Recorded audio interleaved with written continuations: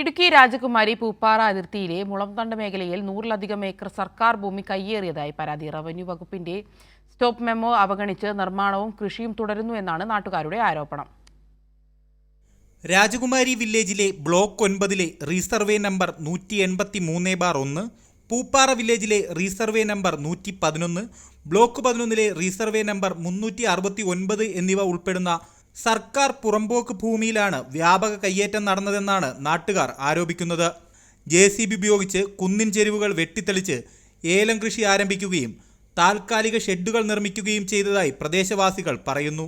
ഈ മറ്റ് ജില്ലകളിൽ നിന്നും തമിഴ്നാട് സ്വദേശികളായ ആൾക്കാരെല്ലാം വന്ന് ഈ ഭൂമിക്ക് പട്ടയം കിട്ടുമെന്ന വ്യാജേന ഇത് ഏലകൃഷി ചെയ്യുന്നു. അതുപോലെ ടൂറിസ്റ്റ് ഹോമുകൾ പല പല സ്ഥാപനങ്ങൾ ചെയ്യുന്നുണ്ട്.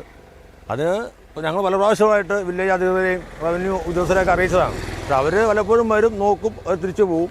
പക്ഷേ അവരിതിന് യാതൊരു നടപടിയും സ്വീകരിക്കുന്നില്ല. ഇത് വർഷങ്ങളായി കിടക്കുന്ന ഞങ്ങൾ ഈ വസ്തു വാങ്ങിച്ചിട്ട് 40 വർഷത്തിന് മുകളിലായതാണ്. അതിനുശേഷവും ഈ പല പ്രാവശ്യവും ഇത് പല സർവേയൊക്കെ വന്നു പോയിട്ടുണ്ട്. എങ്കിലും ഇത് ഇപ്പോഴും ഗവൺമെൻറ് ഭൂമിയായി കിടക്കുന്ന വസ്തു തന്നെയാണ്. പക്ഷേ ഇവർ ഈ പട്ടയം കിട്ടുന്ന വ്യാജേന മറ്റു ആളുകൾക്ക് സ്ഥലം കൈമാറുന്നുണ്ട്, ബിൽഡിങ്ങുകൾ പണിയുന്നുണ്ട്, കുളങ്ങൾ നിർമ്മിക്കുന്നുണ്ട്, ഏലകൃഷി ചെയ്യുന്നുണ്ട്. ഇതൊക്കെയാണ് ഒരു സാഹചര്യം നിലവിലിപ്പോൾ. അനധികൃത നിർമ്മാണം ശ്രദ്ധയിൽപ്പെട്ടതിനെ തുടർന്ന് രാജകുമാരി പൂപ്പാറ വില്ലേജ് ഓഫീസുകൾ സ്റ്റോപ്പ് മെമ്മോ നൽകിയിരുന്നുവെന്നാണ് വിവരം.